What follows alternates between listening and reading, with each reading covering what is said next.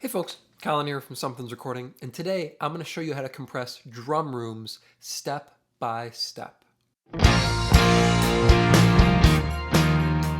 We're going to explore compressing drum room mics today. It's a cool way to kind of give some extra oomph into your drum mix. But before we dive in here, if you're ready to take your drum mixes to the next level and really start dialing in a repeatable workflow when it comes to mixing drums, then you need to go through my 3-step framework for mixing drums workshop. This workshop is going to walk you through the simple 3-step process that I use almost every single time it comes to mixing drums, and it's going to help you get a repeatable workflow for cranking up professional sounding drum mixes right from your home studio. It is a 100% free to watch, on demand video training, and you can get instant access to that by clicking the link below in the video description. Now let's jump in here and take a look at this drum sound. So I'm going to hit play. You can hear the finished drum mix for this song here, and then I'll solo up our mono room mic here, and you can hear what our room mic is sounding like. So here's our finished drum mix for this track.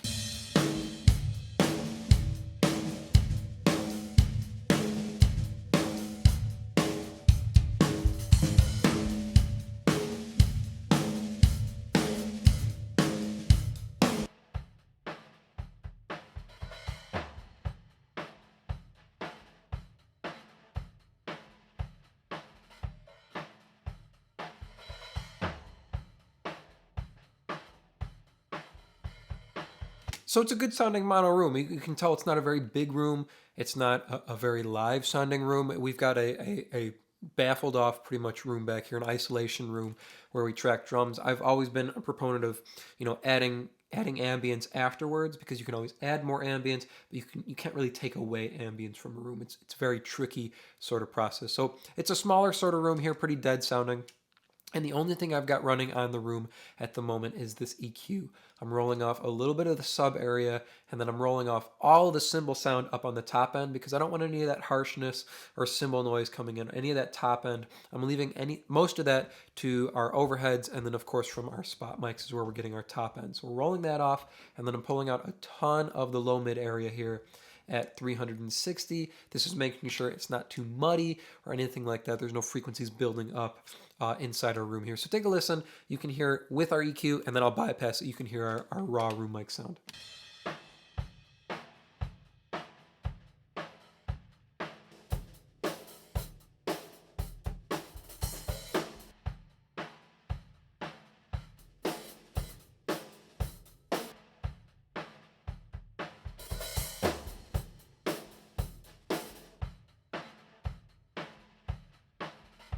So rolling off all of that cymbal noise up top, all that harshness, and pulling out all that low mid buildup, and it gets us a nice dark, beefy sort of sound that we can pull up underneath, and it gives us some good sound on our kick drum. So let's jump in now to compressing room mics. Now there's a couple reasons to compress room mics. You can go really hard with the compression and try and lengthen the room, or give it a bigger, more aggressive sort of sound.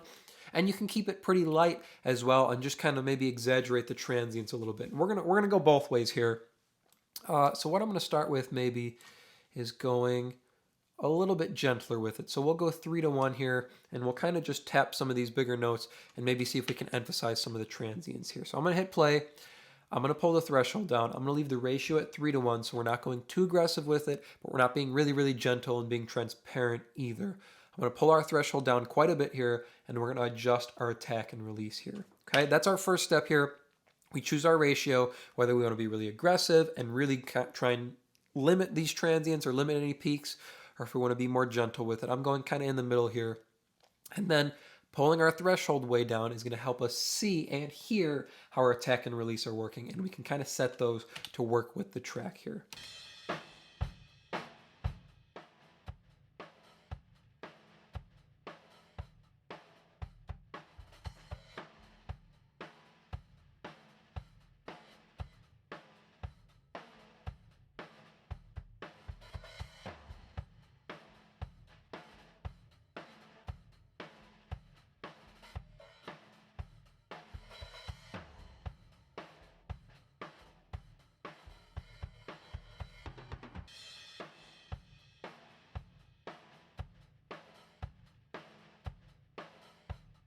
I'm actually digging that attack right there at 30. So this is going to give us some initial emphasis on the transient right on the front end. So that's going to give us some more attack coming off of our kick drum and our snare drum here. Now the release I dialed up so it's moving in time with our drums here. We've got our kick and our snare to account for here with the compressor. So I've dialed the release up a little bit faster here. We're at 80 milliseconds, 82.1 milliseconds. And that has our release fast enough so it's going to let go in between each of our hits here. Now the attack is dialed slow enough. It's not really, really slow, but it's dialed back slow enough that it lets that initial transient pop through on each of these hits, and then it starts compressing. And that little window right at the front there before our attack comes in gives us that room to emphasize our transient. So we're not squashing that initial hit. We're leaving room for it to breathe in. So now that we've got our attack and release set, now I'm going to dial the threshold back here, and we're going to get the actual amount of compression we want. Maybe 3, 4, 5 dB reduction. Let's see here.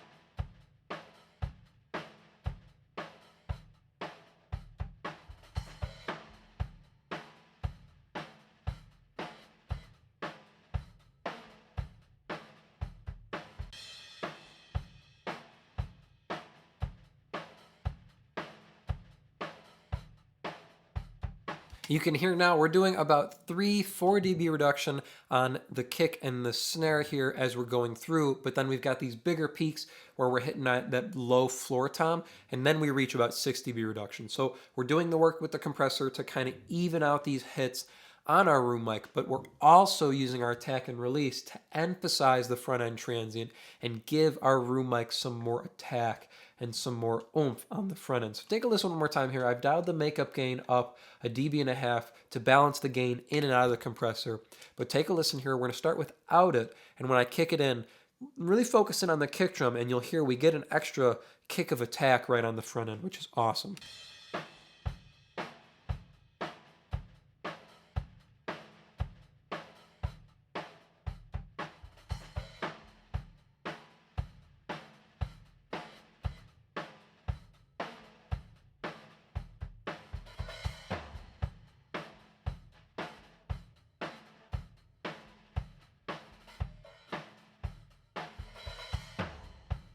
So this is the first way you can go about compressing room mics. Just that 3, maybe 4 dB reduction on the normal hits, and you can go up to 6 dB reduction on some of the larger transients if you want to tuck them into the room mic. But all of this is going to give you is it's going to give you that extra energy on the initial transient to emphasize the front end attack of things like your kick drum and your snare drum in your room mic. So let's put this back in our drum mix here, and I'll A/B the compressor inside our track and maybe dial up the room as well so it's more obvious.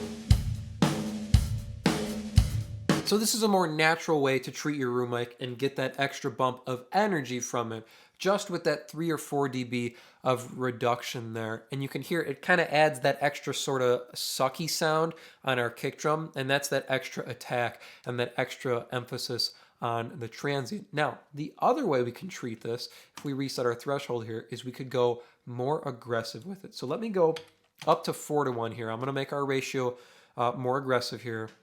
And we're going to dial up our attack and release to really crank in on the room mic here. So we'll solo it back up. I'm going to pull the threshold down, and we're going to dial up our attack and release faster to really clamp down on the room mic and get something more aggressive sounding.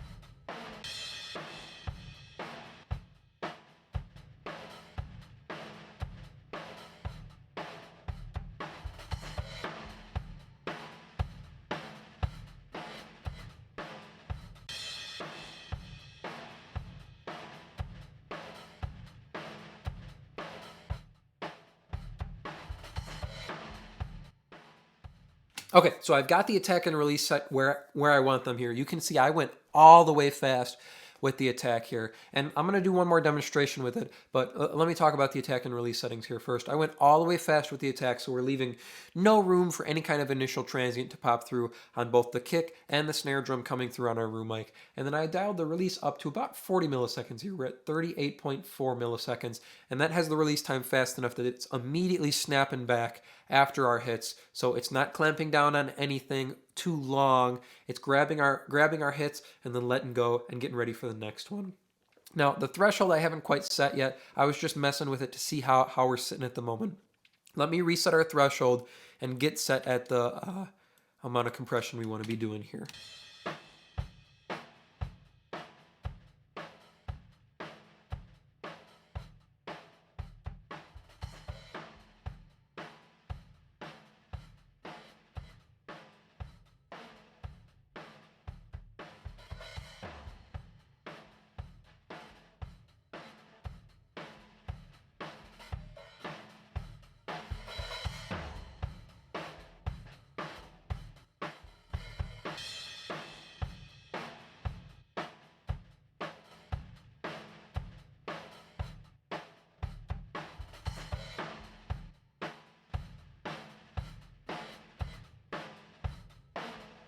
So you can hear what this is doing is it's giving us the illusion our room is bigger than it actually is here. It pushes our drum set farther back in the room and gives us more length from our room. Now I want you to pay attention to something here.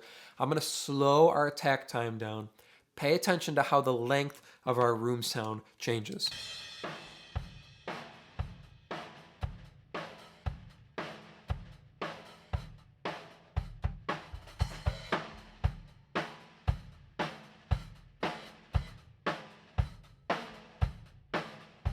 So we've dialed our attack time way, way, way, way back here. So it's very, very slow, 125 milliseconds. And if you notice, the slower our attack time got, the closer the drum set moved in perception to the listener, to us. It got closer, the room got smaller. Now let's go the other way. So let's dial it back up. Let's make it really, really fast again and listen to how our drum set moves back in the room. And it gets longer, our room gets bigger here. Take a listen.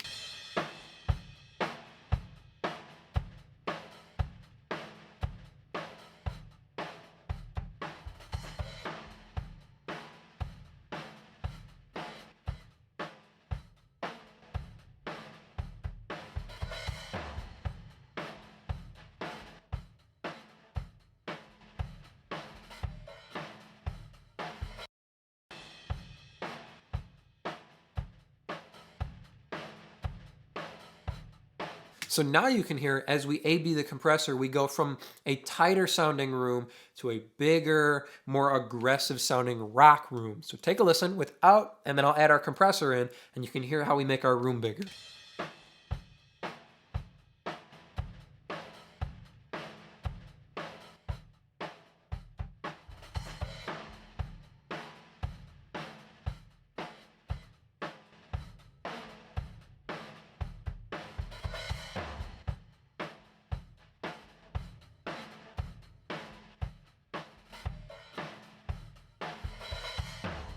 Now we have something that's really going to add energy to our drum sound here. So let's dial the room up underneath our drum sound now, and we'll A-B our compressor. So here's where it is, and we'll dial it up.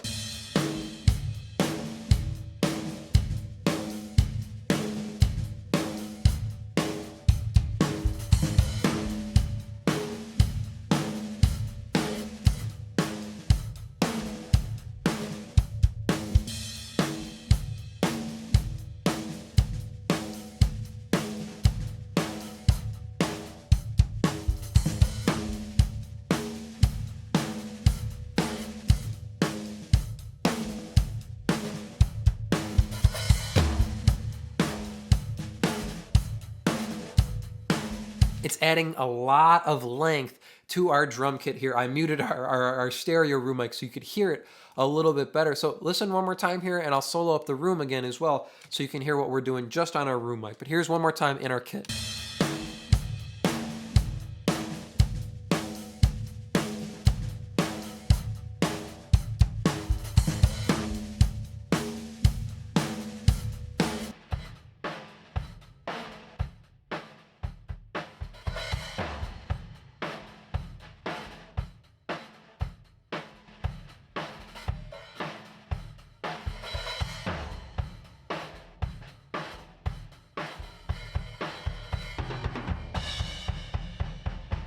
So you can see there's a couple ways to go about compressing your room mics. You can keep it more subtle and just emphasize some transients, or you can go a little bit more aggressive and make your room sound bigger and give it some more bite and some more aggression to pull up underneath your mix and give your drum tracks more length. I hope that was helpful for you. As I mentioned at the beginning of the video, if you are ready to take your drum mixes to the next level and really start dialing in a repeatable workflow when it comes to mixing drums, then you need to go through my 3-step framework for mixing drums workshop. This is instant access. You can get it by clicking the link below in the video description. It is completely free and it will help you get professional sounding drum mixes right from your home studio. Just click the link below. Thank you so much for watching today, and I will see you in the next video.